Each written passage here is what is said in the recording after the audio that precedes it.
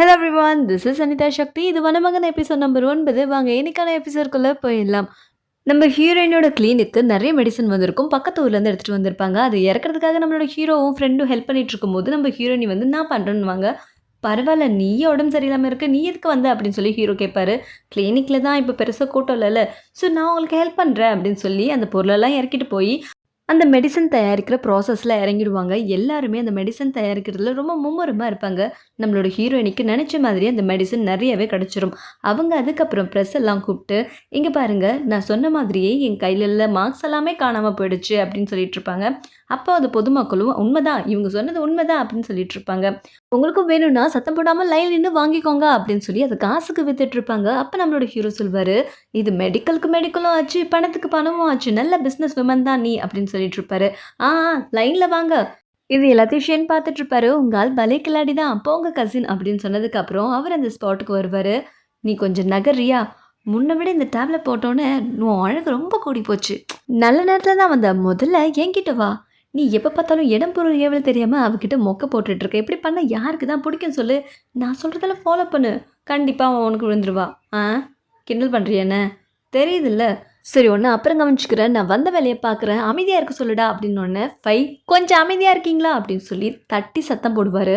பாதிக்கப்பட்டவங்களுக்கு help பண்ண தான் நாங்கள் வந்திருக்கோம், போலீஸ்காரங்க சொல்கிறதையும் கேளுங்க, அவங்க என்ன சொன்னாலும் உங்களோட நல்லதுக்காகத்தான் இருக்கும் அப்படின்னு ஹீரோயினி சொல்லிடுவாங்க. அதுக்கப்புறம் ஒருத்தவங்களுக்கு அவங்க ட்ரீட் பண்ணிட்டு போகும்போது அவங்களோட அப்பா அந்த ஸ்பாட்டுக்கு வருவார். அப்பா நீங்களா, நீங்கள் இங்கே என்ன பண்ணிட்டு இருக்கீங்க அப்படின்னு சொல்லி ஹீரோயினி கேட்க, நம்மளோட ஃபேக்ட்ரிக்கு வந்தேன், அப்படி ஒன்று பார்த்துட்டு போகலான்னு வந்தேன். ஃபேக்ட்ரி? ஆமாம், எல்லாமே ஒன்னால தான் அப்பா, இந்த பெருமைக்கெல்லாம் சொந்தக்காரி நான் இல்லை, ஜியான் தான். அவன் கொடுத்த மெடிசனால தான் இப்போ இவ்வளவும் நடந்திருக்கு. அச்சச்சோ, அவள் சொல்கிற மாதிரியெல்லாம் ஒரு விஷயமும் இல்லை, அவளுக்கு ஜஸ்ட் நான் ஹெல்ப் தான் பண்ணேன், மற்றபடி எல்லாமே அவள் தான் பண்ணான். உங்களை என்னோடய ஃபேக்ட்ரிக்கு ரிசர்ச் பண்ணுறதுக்கு அனுமதிக்கலாம் நான் நினைக்கிறேன். ஆமாம்ப்பா, நல்ல ஐடியா, ஒத்துக்குவார், கண்டிப்பாக ஒத்துக்குவார். என்ன சொல்கிற? இல்லை இல்லை, நான் ஊரை விட்டு வந்து ரொம்ப நாள் ஆயிடுச்சு, நான் திரும்ப வீட்டுக்கு போகணும், என்னை மன்னிச்சிருங்க அப்படின்னு சொல்லிட்டு போவார். சியான், நீயாச்சும் கொஞ்சம் எடுத்து சொல்லக்கூடாதா? அது வந்து நானே இந்த வீட்டை விட்டு போக போகிறேன், என்னோடய கல்யாண வாழ்க்கையை தடுத்து நிறுத்த முடியல, இதில் இவனை வேற எப்படி? நீ எனக்கு இது செஞ்சா உனக்கு அந்த என்கேஜ்மெண்ட்டை நான் பிரேக் பண்ணி தருவேன். நல்ல அப்பா, நான் அப்பா தான். நீங்கள் ஒன்றும் கவலைப்படாதீங்கப்பா, அவன் இந்த ஊரை விட்டு போவே மாட்டான், அதுக்கு நான் கேரண்டி. நல்ல பொண்ணு. சரிப்பா, நான் இப்போவே போய் அவனை ஸ்டாப் பண்ணுறேன். வெட்னரி டாக்டர் நில்லுங்க, என் பிஸ்னஸ் நல்லா ஓடும். அதுக்கப்புறம் நம்ம ஷென் வீட்டுக்கு நம்ம ஹீரோனோட அப்பா வருவார். சொல்லியிருந்தா நானே வந்திருப்பேனே. வாங்க உட்காருங்க. நானே வரதான் கரெக்டு, அதான் நானே வந்துட்டேன் அப்படின்னு பார்த்து ஷென் வந்து மாமனாரை விசாரிப்பார். இப்போ தான் தம்பி வந்தேன், என்னோடய ஒய்ஃப் நான் இல்லாத நேரமாக பார்த்து இந்த என்கேஜ்மெண்ட்டை ஓகே பண்ணிட்டா. அவள் இன்னும் சின்ன பொண்ணு, ஸோ நான் இப்போ அவளுக்கு கல்யாணம் பண்ணுற ஐடியாவில் இல்லை. அப்போ என்கேஜ்மெண்ட்டை பிரேக் பண்ண வந்திருக்கீங்களா? இது என்னோட தப்பு தான், நான் ஆரம்பத்திலே சொல்லியிருக்கணும். நீங்கள் கொடுத்த பொருளெல்லாம் கொண்டு வந்து வச்சுட்டேன், இதனால் நம்ம குடும்பத்துக்குள்ளே இருக்க நட்பு ஒன்றும் கெட்டு போகாது, நான் கிளம்புறேன் அப்படின்னு சொல்லிட்டு அவர் பொருளெல்லாம் வச்சுட்டு கிளம்பிடுவார். ஷென்னுக்கும் என்ன பேசுதுன்னு தெரியாது, டென்ஷனாக அங்கேருந்து கிளம்பிடுவார். அவங்க அப்பா அவர் கொடுத்த கிஃப்ட் எல்லாம் மறுபடியும் போய் பார்த்துட்டு இப்படி சொதப்பிக்கிச்சு அப்படின்னு நினச்சிட்ருப்பாரு. ஒரு பக்கம் நம்மளோட ஹீரோ அந்த கண்ணு தெரியாத பொண்ணு வீட்டுக்கு போய் ட்ரீட்மெண்ட் பண்ணுறதுக்கு ரெடியா அப்படின்னு சொல்லி கேட்பாரு. அவங்களும் நான் ரெடின்னு சொல்லிட்டு கண்ண மூடி இருக்கும்போது எக்காரணத்தை கொண்டும் கண்ணை திறந்து பார்த்துடக்கூடாதுன்னு சொல்லிட்டு நம்மளோட ஹீரோ அவர் பவர் யூஸ் பண்ணி அந்த கண்ணுக்கு நேராக காட்டினதும் பிளட் செல்ஸ் எல்லாம் சரியாயிட்டு இருக்கும். அந்த நேரம் பார்த்து சிவபூஜையில் கரடி பூந்த மாதிரி அந்த பொண்ணோட அண்ணன் உள்ள உடச்சிட்டு வந்துடுவான். என்னடா பண்ணுற, என் தங்கச்சி என்ன பண்ணுற? ஐயோ அண்ணா, அவரை விட்டுரு அப்படின்னு சொல்லி அந்த பொண்ணு விழுந்து வர, தங்கச்சி உனக்கு ஒன்றும் இல்லை, அடிப்படலையே. அதெல்லாம் ஒன்றும். அண்ணா உனக்கு பார்வை தெரியுதாம்மா? எனக்கு தெரியுதண்ணா அப்படின்னு சொல்லிட்டு ரெண்டு பேரும் ரொம்ப எமோஷனல் ஆகி பல வருஷம் அடக்கி வச்சுருந்த எமோஷனில் கொட்டி அழுது தீப்பாங்க. எப்படிம்மா உனக்கு பார்வை வந்துச்சு? எல்லாமே இந்த கடவுளால் தான் அண்ணா, இந்த கடவுள் தான் என் கண்ணை திருப்பி கொண்டு வந்தார், ரொம்ப நன்றி அப்படின்னு சொல்லி அவர் காலில் விழ, நம்மளோட ஹீரோ, சேச்சே நான் ஒரு டாக்டராக என்னோட கடமையை தான் செஞ்சேன், இதுக்கப்புறம் நீ நல்ல ரெஸ்ட் எடுக்கணும், புரிஞ்சுதா? கொஞ்ச நாளைக்கு உனக்கு நிறைய ரெஸ்ட் தேவைப்படும், சரி நான் கிளம்புறேன் அப்படின்னு சொல்லிட்டு போகும்போது அவரோட பிரதர் கூடயே வருவார். இது வரைக்கும் நான் யார்கிட்டையும் மன்னிப்பு கேட்டதே இல்லை, மன்னிப்பும் தேங்க்யூவும் முறையும் உங்ககிட்ட தான் கேட்குறேன், ரொம்ப நன்றி. பரவாயில்ல இருக்கட்டும், ஆனால் ஒரே ஒரு விஷயம் தான், எனக்கு அந்த ஷென் கூட எதிர்காலத்தில் சேர்ந்து கெட்ட விஷயங்களை செய்யாமல் இருந்தாலே போதும். ஒரு நிமிஷம், எதிர்காலத்தில் என்னோட உதவி உனக்கு தேவைப்பட்டாலும் நீ என்னை கூப்பிடலாம், கண்டிப்பாக நான் உனக்கு உதவி செய்ய காத்திருக்கேன். அதுக்கப்புறம் போலீஸ் ஸ்டேஷனில் நம்மளோட ஷென், எல்லாரும் கவனமாக கேட்டுக்குங்க, இந்த மருந்தை விற்கிறவனும் சரி, இதுக்கு அடிக்ஷன் ஆகணும் சரி, நம்ம தனிமைப்படுத்தியே ஆகணும். இதுலேருந்து ஒருத்தரும் தப்பிக்க கூடாது. ஒருத்தனையும் விடவும் கூடாது. நகரத்துக்குள்ள பூந்து யாரா இருந்தாலும் பார்த்து இழுத்துட்டு வாங்க அப்படின்னு சொல்லிட்டு ஷென் ஆர்டர் போட்டுருவாரு. அதுபடி எல்லாரையுமே அரெஸ்ட் பண்ணுவாங்க. இந்த பிளான ஷென் ஒரு காரணமா தான் போட்டிருப்பாரு. அது பின்னாடி வரும்போது உங்களுக்கே புரியும். ஒரு பக்கம் ஹீரோயினி அவங்க அப்பாவ பாவமா மூஞ்சி வச்சு பார்த்துட்டு இருப்பாங்க. அது புரிஞ்ச அவங்களோட அப்பா, "உன்னோட பார்வைக்கு அர்த்தம் புரியுது. உன்னோட என்கேஜ்மெண்ட்ட நான் கேன்சல் பண்ணிட்டேன். பொருள்லாம் திருப்பி குடுத்துட்டேன்" அப்படின்னு சொன்னதும் ஹீரோயினிக்கு சந்தோஷமாயி, "நல்ல அப்பா" அப்படின்னு சொல்லி மசாஜ் பண்ணிட்டு இருப்பாங்க. "என்ன நல்ல நட்பான ஃபேமிலி தான் கெடுத்துக்கிட்டோம்னு நெனைக்கிறேன்" அப்படின்னு சொல்லி பேசிட்டு இருப்பாரு. அப்ப நம்மளோட ஷென் வந்து நம்ம ஹீரோவ தனிமைப்படுத்தணுன்ற விஷயத்த சொல்வாரு. "தேவையில்லையே! அவரே ஒரு டாக்டர். அவரே ட்ரீட் பண்ணிப்பாரு. ஒண்ணும் பிரச்சனை இல்ல. அவர் இங்கேயே தனிமையா இருந்துப்பாரு" அப்படின்னு ஹீரோயினி சொல்ல, நம்மளோட ஹீரோ, "அதெல்லாம் மொற கிடையாது. நான் அவங்க கூட போறது தான் சரி. மறுவாழ்வு மையம் தானே. நான் சீக்கிரமாவே திரும்பி வந்துருவேன்.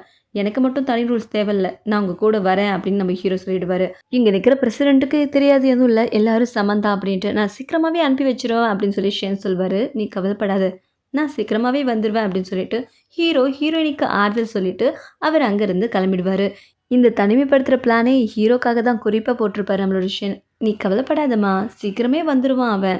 அப்பா ஒரு பக்கம் ஜெயில்ல அந்த மருந்துக்கு அடிக்ஷனான எல்லாருமே அடைச்சு வச்சிருப்பாங்க. அப்போ நம்மளோட ஃபைவ் உன்கிட்ட ஒரு முக்கியமான விஷயத்த பத்தி சொல்லணும். என்ன சொல்லணும்? வெளியில இருக்க உனக்கு என்னால பாதுகாப்பு தர முடியும். ஆனா உள்ள என்னென்ன நடந்தாலும் நீ தான் பார்த்துக்கணும். கேர்ஃபுல்லா இரு.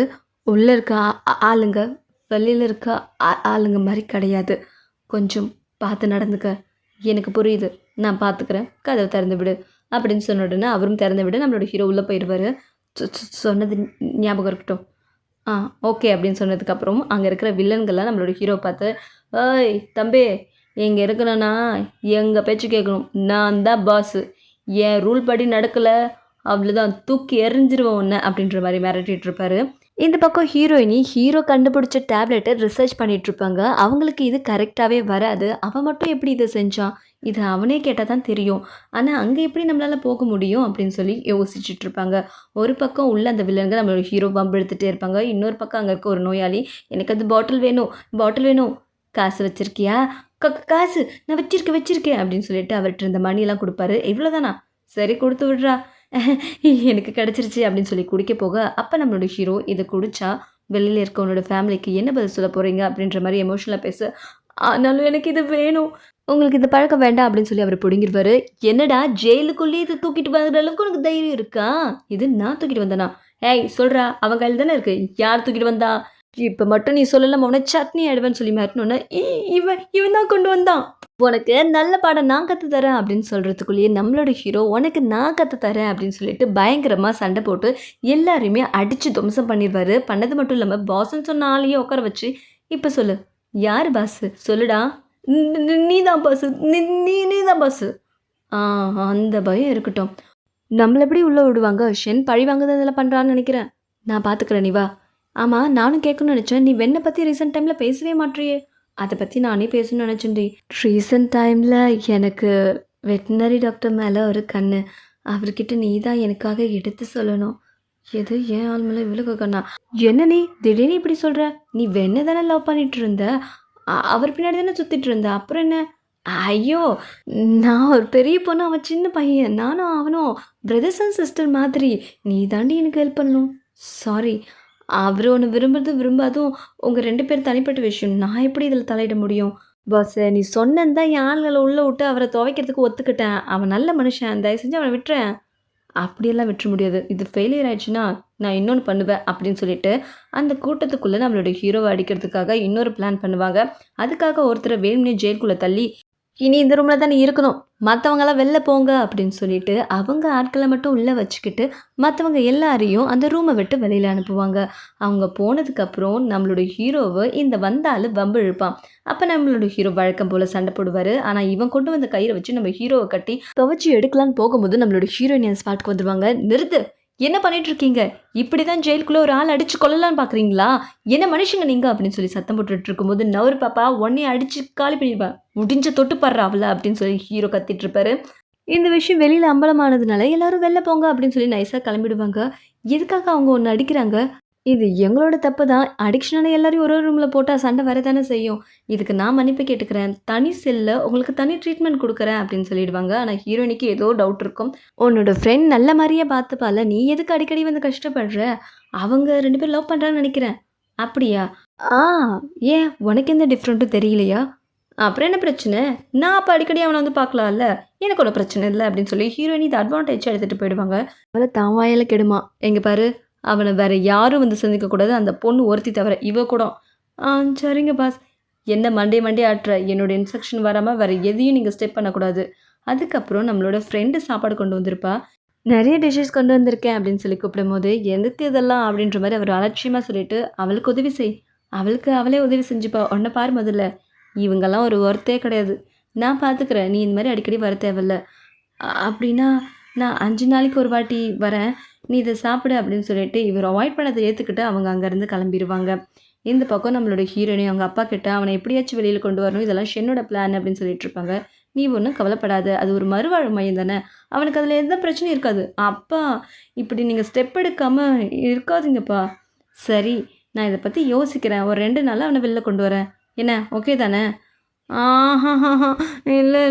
நீங்க உடனே கொண்டு வாங்கப்பா. ப்ளீஸ் அப்பா அப்படின்னு சொல்லி நடிச்சு அடம் பிடிச்சிட்டு இருப்பாங்க. இங்க பாரு, நான் சொன்னது தான். 2 நாள்ல கூட்டிட்டு வரேன். அதுக்கு மேலலாம் என்கிட்ட அடம் பிடிக்கக்கூடாது. நிஜமாப்பா? இன்னும் கொஞ்சம் சீக்கிரமா கூட்டு வந்தா நல்லாயிருக்கும். இங்க பாரு, நான் அப்பா சொல்லிட்டேன். 2 நாள்ல 2 நாள் தான். போ, போ. இதுக்கு மேல உனக்கு ஹெல்ப் பண்ண முடியாது. ம். போன்னு சொன்னேன் அப்படின்னு சொல்லிட்டு அவங்க அப்பா தொரத்தி விட்டுருவாரு. நம்ம ஹீரோயினி இத பத்தியே யோசிச்சுட்டு இருப்பாங்க. அப்ப அந்த குட்டி ஜந்து வந்து, "இங்க பாரு, சீக்கிரம் ஒரு நியூஸ் வந்திருக்கு. அங்க ஆபத்தாம். சீக்கிரம் ஷியான வர சொல்றாங்க. எப்படியாச்சும் சொல்லு." ஐயய்யோ! அப்படின்னா இந்த மெசேஜ் எப்படி அவன்ட்ட பாஸ் பண்றது? நான் எப்படி ஜெயிலுக்கு போ முடியும்? அதெல்லாம் எனக்கு தெரியாது. இதுக்கு ஏதாச்சும் பண்ணு. ஏதாவது பண்ணு. இரு யோசிக்கிறேன். ஆ எனக்கு ஒரு ஐடியா கிடைச்சிருச்சு. ஆ இது மாரி பண்ணா கண்டிப்பா அவன்ட்ட மெசேஜ் பாஸ் பண்ண முடியும். என்னது? அத நான் சொல்றேன் வா அப்படின்னு சொல்லி முடிப்பாங்க. அதோட இந்த எபிசோட் முடியுது. அடுத்த எபிசோடில் மீண்டும் சந்திக்கிறேன். நன்றி. Keep smiling. டாடா.